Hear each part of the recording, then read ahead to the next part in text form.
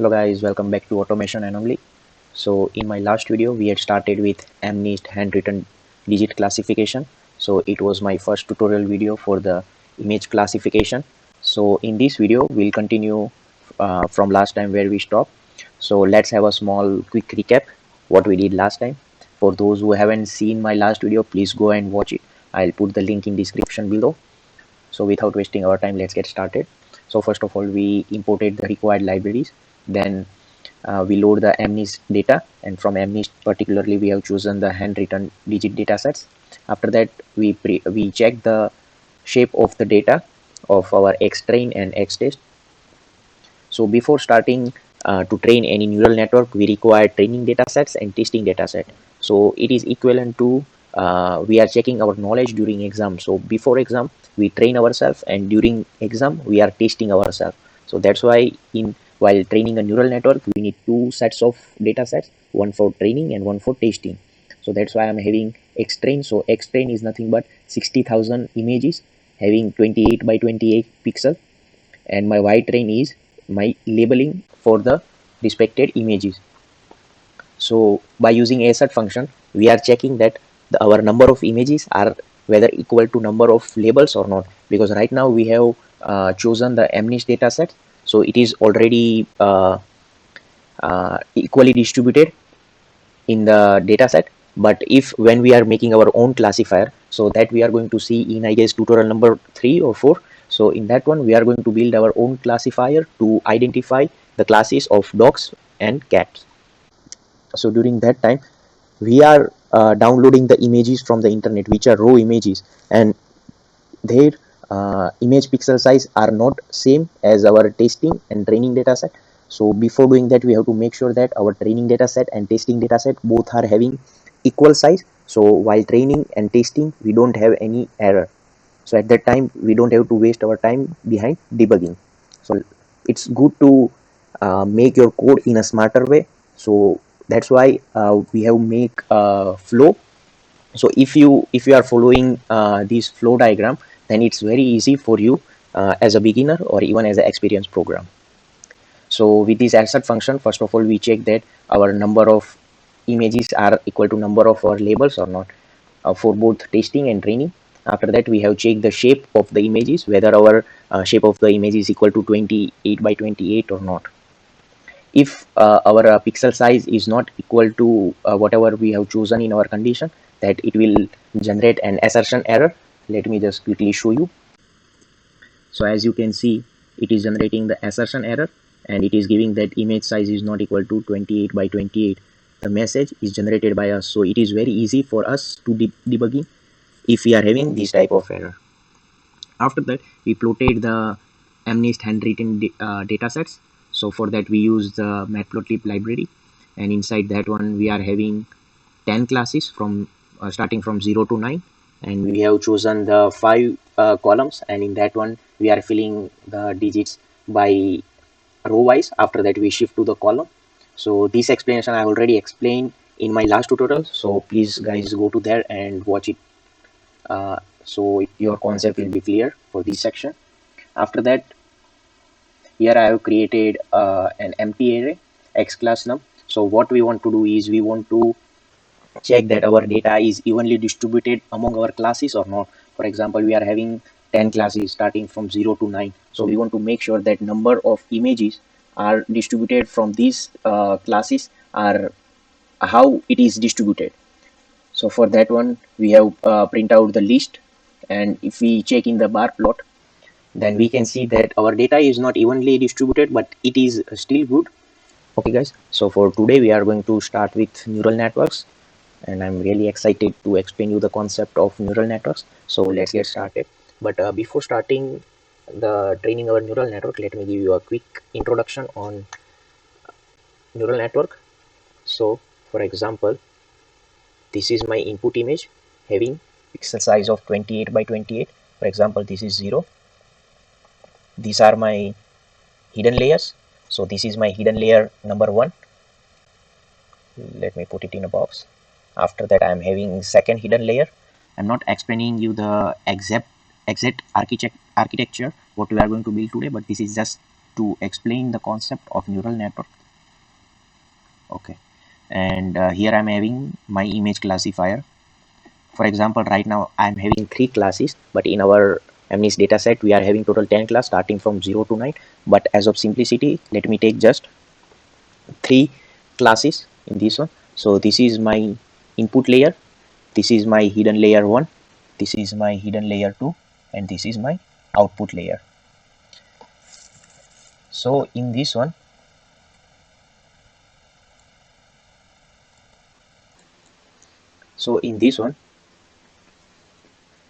these all are interconnected, which means this will have some weight value, weight 11, then this will have weight 12, weight 13, weight 14, weight 15, and again these neural networks are interconnected, which means hidden layer 1 and hidden layer 2 are also connected, like this one.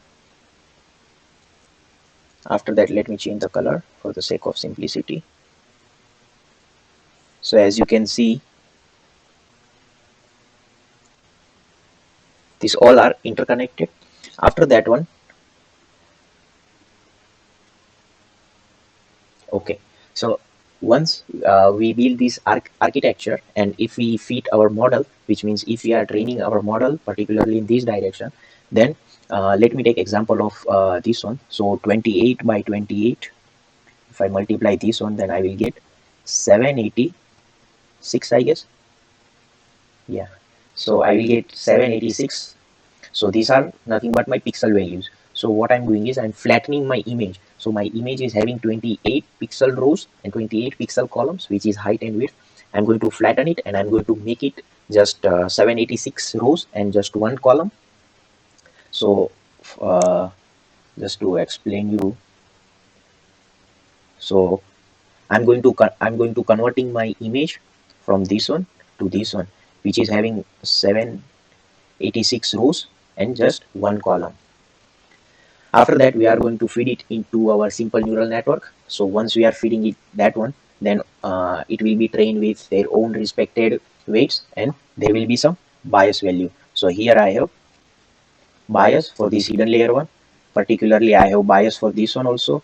I have bias for this one. I have bias for this one. And again, I have bias for this one too. So based on that, we'll get some probability. For example, this is 0.7, this is 0.2, this is 0.1. So in this one, what we can observe is this one is having highest probability of 0.7, and it does make sense because this one image is of 0th digit and it match with the labeling of 0. So in the output, we'll get this image is having a 0 label. So in the output, we'll get labeling of this one. So that is what we are going to do today. Okay, so for that one, we have to normalize our image. What do you mean by normalize? So this is my image. Just consider this as also like 28 by 28, although it looks by 5 by 5 image. So this is my 28 by 28 image based on, for example, this is my 7. Okay, so in my last tutorial video, I have explained you that 0 means black and 255 means white, meaning at each pixel location where I am having black color, that I am going to find my pixel intensity value close to 0, and where my image pixel intensity is white, the value is going to be closer to 255. So for the sake of simplicity, let's say this one is 0 0 0 0 0 0 0 0. It could be like 10 20, it should be close to 0. It could be like 20 30. The image are like little bit darker, little bit brighter. But let's take for example right now 10 10 10, all of these one. So this is my black, and my background is kind of whitish. So what value I should get? For example, here I'm having 250. Let me change the color. For example, here I'm having 250, here I'm having 200, here I'm having 150, here I'm having 171, here I'm having 211. So I'm having all arbitrary values here. So with the normalization, what we are going to do is we are going to divide our each pixel location by 255. So each pixel intensity, so we are going to divide 10 divide by 255, so we'll get some value. We'll divide 171 by 255, so we'll get some value. So we are doing normalization, which means again this image will be transferred into new pixel values having ranges between 0 to 1 instead of 0 to 255. If I ask you guys to do calculation based on 0 to 255 value, it will be little bit harder for you. But what if I reduce those value from 0 to 1, then it could be little bit easier to uh, calculate for you guys. So does it is a same concept for the computer. If we are dividing our image by 255, which means we are changing our range from 0 to 255 to we are bringing our value to 0 to 1. So it is easy for neural networks to be get trained in these new values. So let's quickly normalize this one. So for that one, I'm going to make a function which is going to take image. So let me take x train itself. So what it is going to do is, okay, let me change it to x. So what we are going to do is x divided by, oh, before doing that, because as we are going to divide by 255, so 171 divided by 255, so but obviously we are going to get some float value. So let me change the d type of the image first of all, so that we can change by using the s type function of numpy package. So here I will write down float value because we are expecting it to be float value, then x divided by 255 and return x. So why I have defined a function? Because we have to apply it for our training data set as well as our testing data set. So our x train is going to be normalize x train, x test is equal to normalize x test. Okay, nice. So now if I check the shape of my test image, it is same 10,028 by 28. We are not changing the pixel values, we are just changing the pixel intensity values. So my pixel value are still 28 by 28 only, but what I am doing is I'm changing, instead of 10 I'm going to take 10 divided by 255. So for example, if I'm having 0 here, so 0 divided by 255, again I will get 0, and here I'm having 255, so 255 divided by 255 is 1. So before normalization, my pixel intensity values were varying from 0 to 255, but now we change it to 0 to 1 for the sake of simplicity for the neural network. Okay, once we are done with this one, then now we have to use the two categorical function of Keras. So why we have to use that function? What is two categorical? So that is called one hot encoding in our language, in the like computer science language. So what is one hot encoding? For example, we are having two label values instead of 0 to 10 different classes. Let's take we are having just a two category. For example, I am having category of male and female. I'm having just two category. So if I'm having four inputs, four images, so this will have value of like this is for example a male female, so it would be written like mf something like that. So for example, this is my x train, so I'm having four images in this one, so my labeling will be look like this. So this is my y train, so my labeling will look like this. So female, female, male and female. So this array, these are square brackets just to represent it is an array. So this square bracket will be having multiple columns but only one rows. So this will have multiple columns. For example, this one is having four columns but it is having only one rows. So by doing one hot encoding, we are changing the class of this one. Now what we are doing is we are using, okay, let me erase this one first of all. So what we are doing is we are doing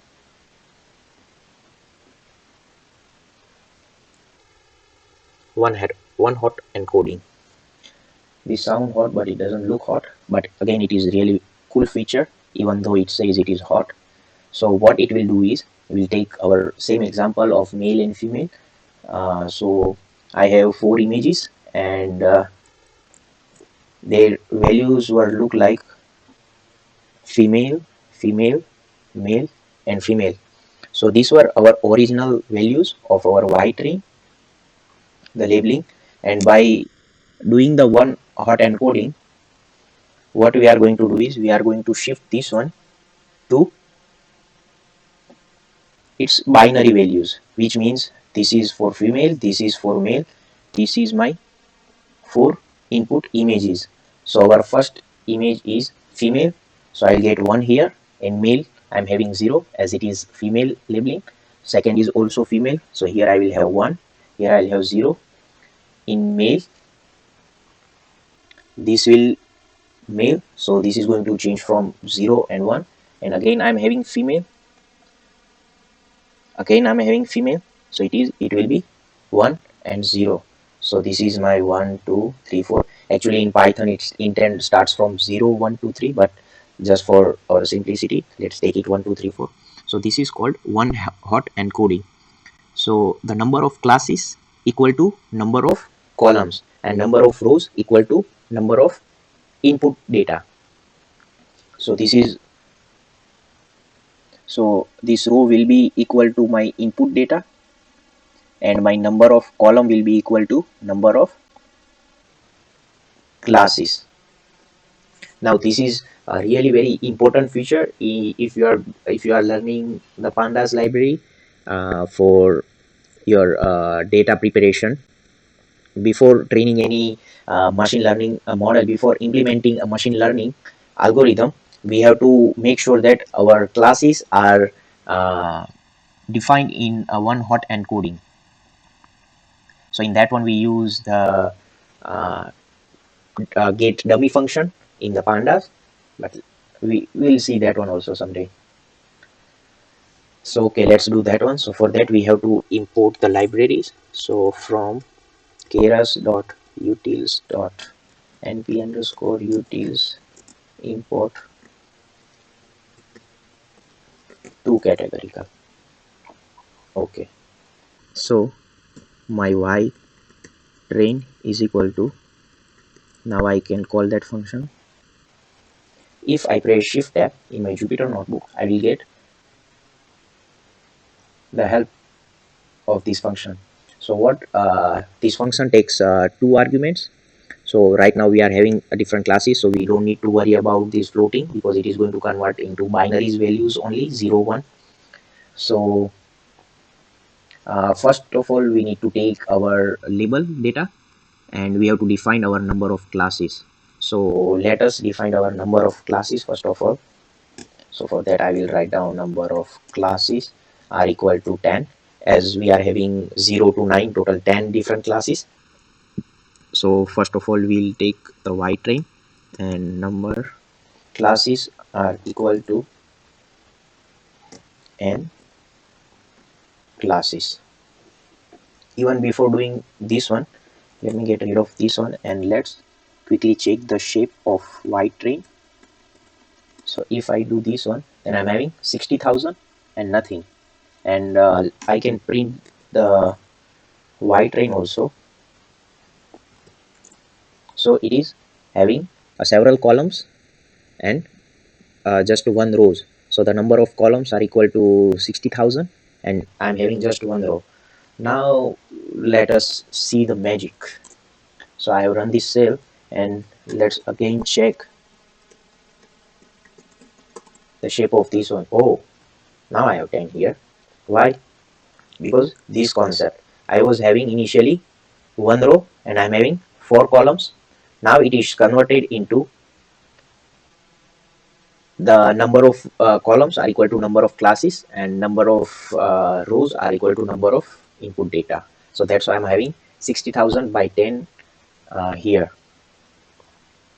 And if you guys want to check the Y train, you see now all values has been changed to binary values 0 and 1.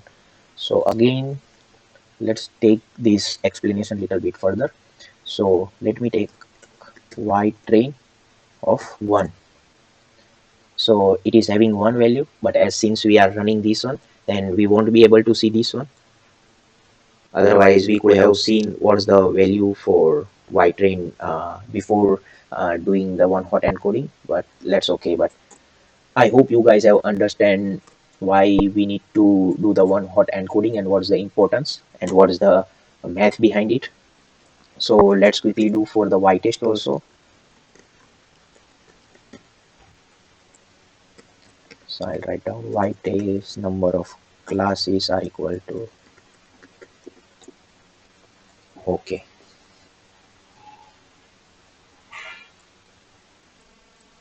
Now since we have finished with the one hot encoding, and we have also done the normalization process, so now we are ready to begin to train our neural networks. So let's quickly train our neural networks. So for that we have to call the model first of all. So what model we are going to take is sequential model. It is very famous and mostly used.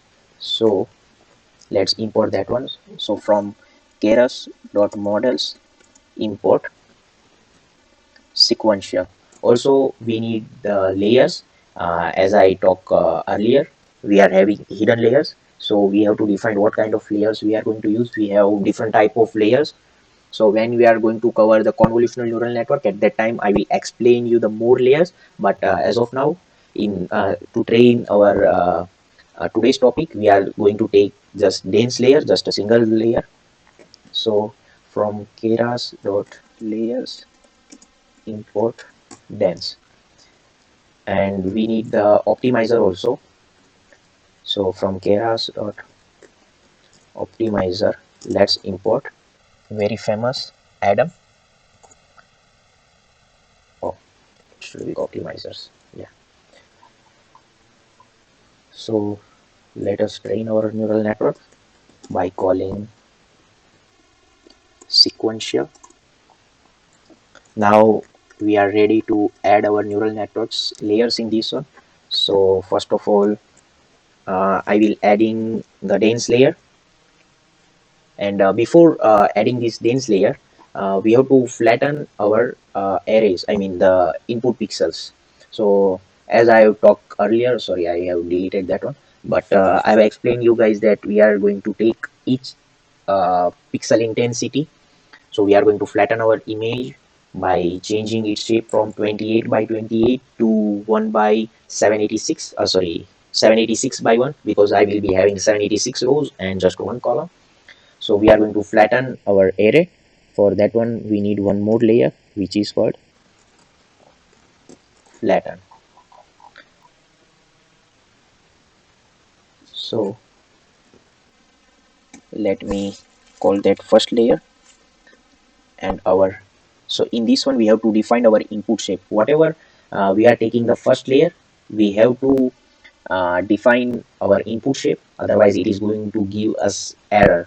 Because if we don't know our input shape, then neural network doesn't know how many input nodes we are having, what is the shape of our input. So we are having 28 by 28 for MNIST datasets, so I'll take that one. Then I'm having dense layer. Oh sorry, I have to add it first of all. Then I'm having dense layer. Inside my dense layer I'm going to take just 10 units. So units equal to 10, and we are going to take the very well famous ReLU activation function, which stands for rectified linear. Okay, so let me give you a brief explanation of what ReLU function is. So I went to Keras activation function.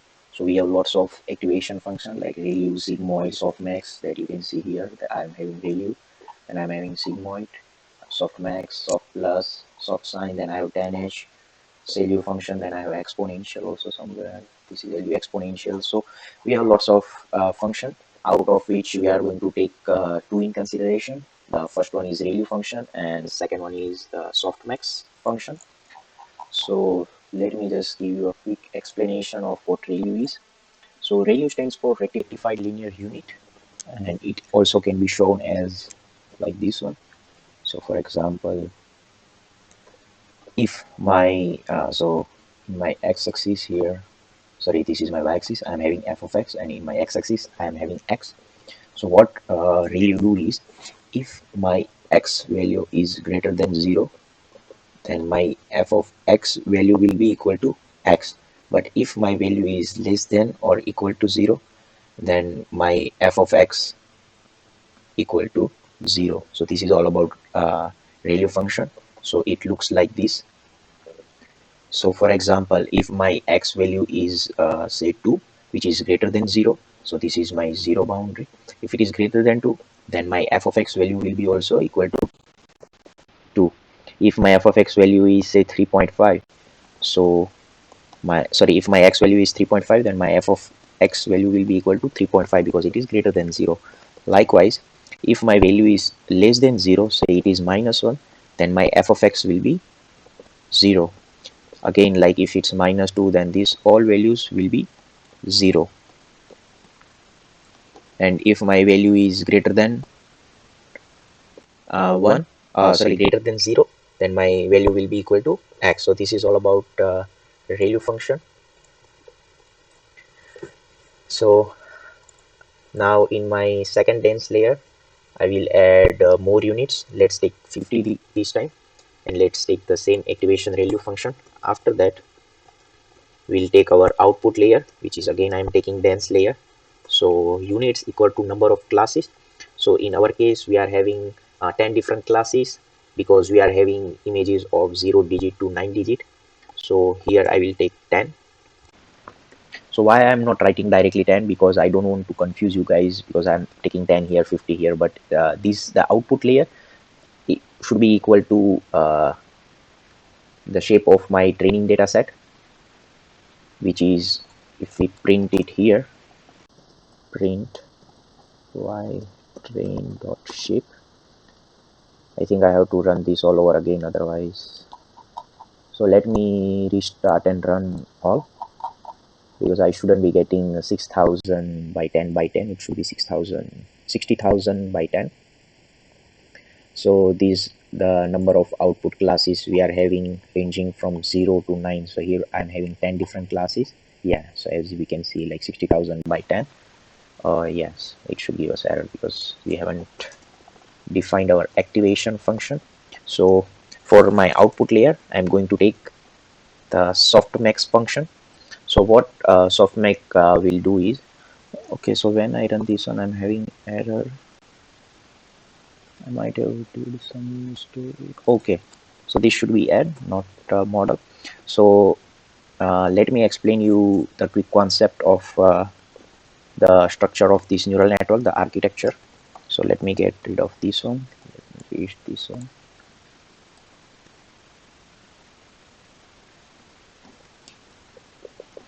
Okay, so this is the architecture of our neural network. So what I'm having is, so first of all, I will have my input layer. So this is my input, so which is I'm having 1. It is having shape of 28 by 28. So this is having shape of 28 by 28 here. After that, what I'm taking is, I'm taking this flattened layer. So what it will do is, it will convert this 28 by 28 into 784 by 1 pixels. So I'm having this 784 by 1, meaning it is flattening my array. So previously I was saying that it is 786, but when I multiplied like 28 by 28, I realized it should be 784. So sorry about that mistake. And this is also 784.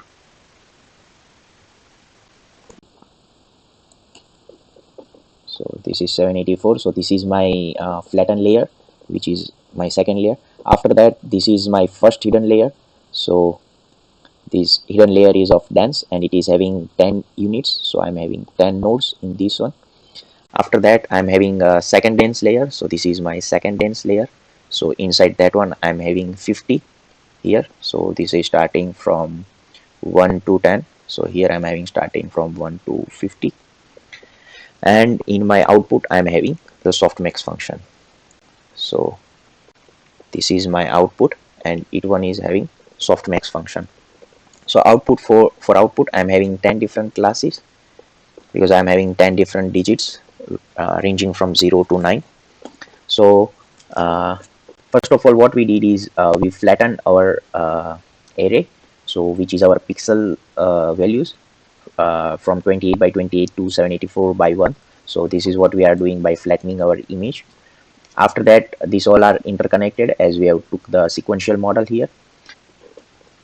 So now this one is connected with this one, and I already explained you the concept of this one, so let's not go into about it. So this is the dense layer, and for both of them I'm having activation function ReLU. And for my last layer, which is output layer, why I am having softmax function is when these all are connected, when I will get the probability in the output, means I will get some certain values because these all are arbitrary values.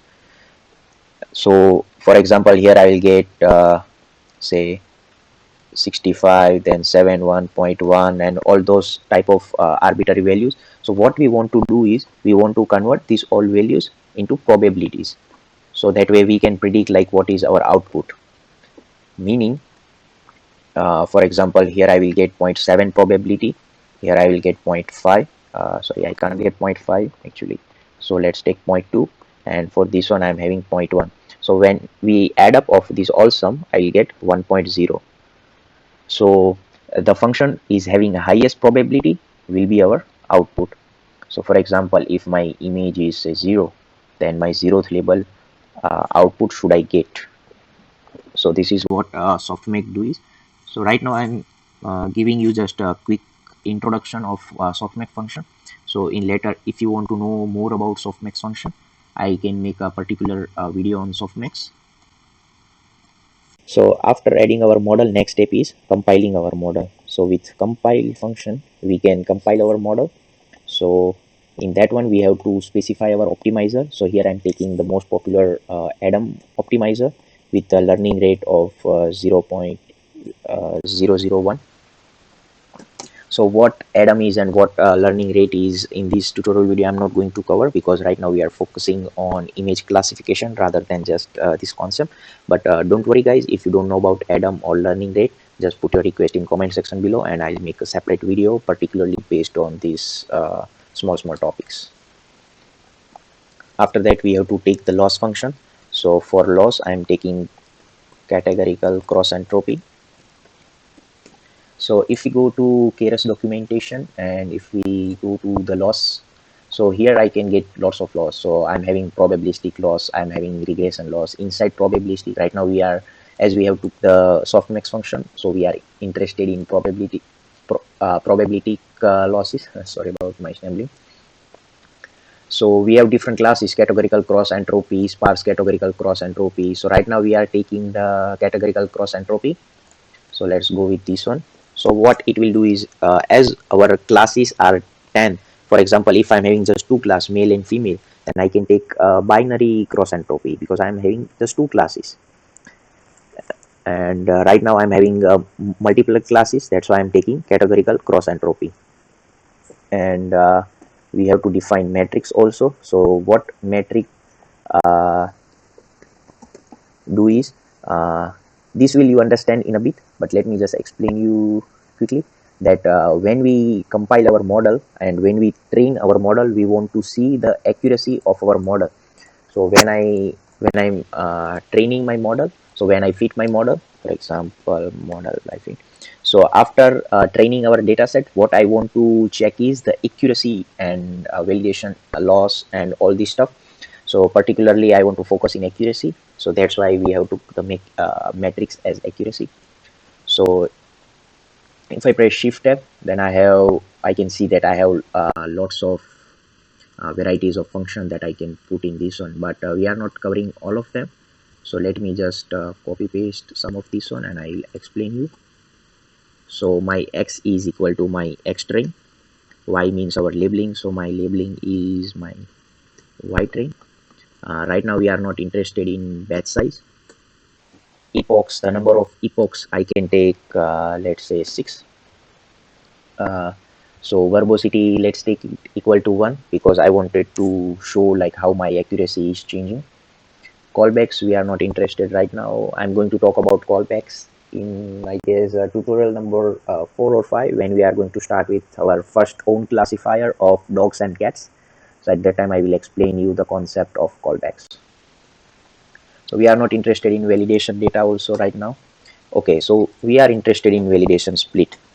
So what is validation split? Let me explain you. So let me get rid of this one. So this is my data set. It is, for example, this is my data set.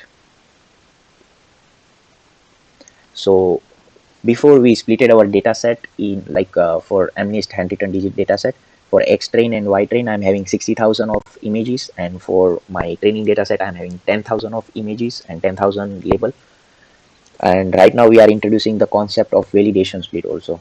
So if I give you a small example of our examination, our final test, so what we do is before our final test we train ourselves, and once we done with the training we validate ourselves, meaning what we do is we take some example that we haven't seen during the training and we'll try to solve that one, because what we are assuming is this type of similar question might be coming in my final test. If I take example of GTU, lots of guys are coming from GTU. So during GTU final test, what we do is before the test 1 week, 2 week, we'll start preparing ourselves, and Ultra Legend will start just before the night of the exam. Okay, so this is my 100% of data set, and previously we introduced the training data set and testing data set offered by MNIST only. So in that one I'm having 60,000 images for my X train, Y train, and I'm having 10,000 images for my testing data set. So if I give you a small example, and let's talk about GTU exam. So what we guys do is before the test we try to train ourselves. We try to read the most of the materials which has been given to us. We try to find some materials. After training ourselves, we try to validate ourselves. So what we are doing in this validation period, so just before the couple of days of exam, what we do is we take the previous year's GTU's question paper and we try to solve them, right? Because we are assuming that similar question might be coming into test, and before going to test I want to check whether I am able to solve that or not, how well I'm performing. So this is all about validation. So for my training, for example, I'm having 70% for my training data set, 10% I'm specifying for my validation data set, and rest of 20% I'm going to spare for my test data set. So this is all about validation. If you are still having doubts, then you can ask me. I can make a separate video on this.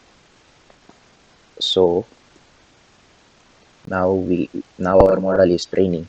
So since I'm taking 20% of my validation data set, so if I go here, then altogether I'm having 60,000 images. Out of 20% I'm sparing for my validation data set. So now my training data set has been changed to 48,000, and 12,000 will be spared for my validation data set. As you can see here, 48,000 samples for my training, and validation I'm having 12,000 samples.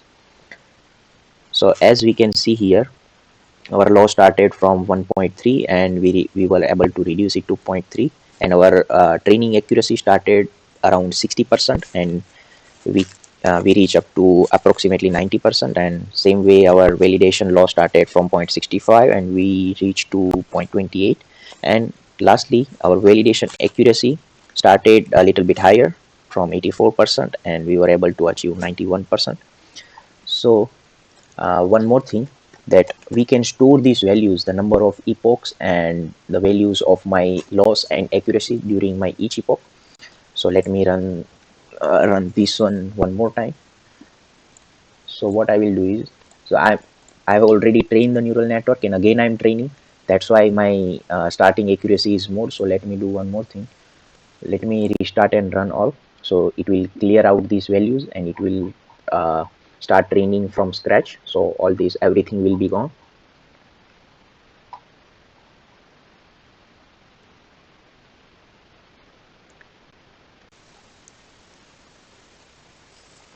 Okay.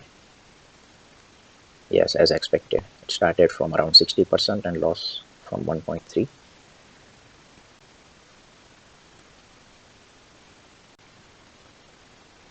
So based on your CPU and its RAM and your GPU, it might take a little bit more time, but as this is not complicated data, it should run very quickly. Yes, it has run. So now what we can do is we can plot this graph of my loss and my accuracy during my each epoch. So let's call matplotlib. So we can call this history function, and we are interested in accuracy. Also, we are interested in our validation accuracy. So how I'm writing this name, these are from this one, accuracy and my validation accuracy. So my X label will be number of epochs, number of epochs, and my Y label is accuracy. Since I'm having two different plots and I want to show in one graph only, so let me take legend also, accuracy and validation accuracy. If I run this one, okay, I have to specify full name, well, accuracy, okay, and okay, here it should be legend, and in the end plot dot show.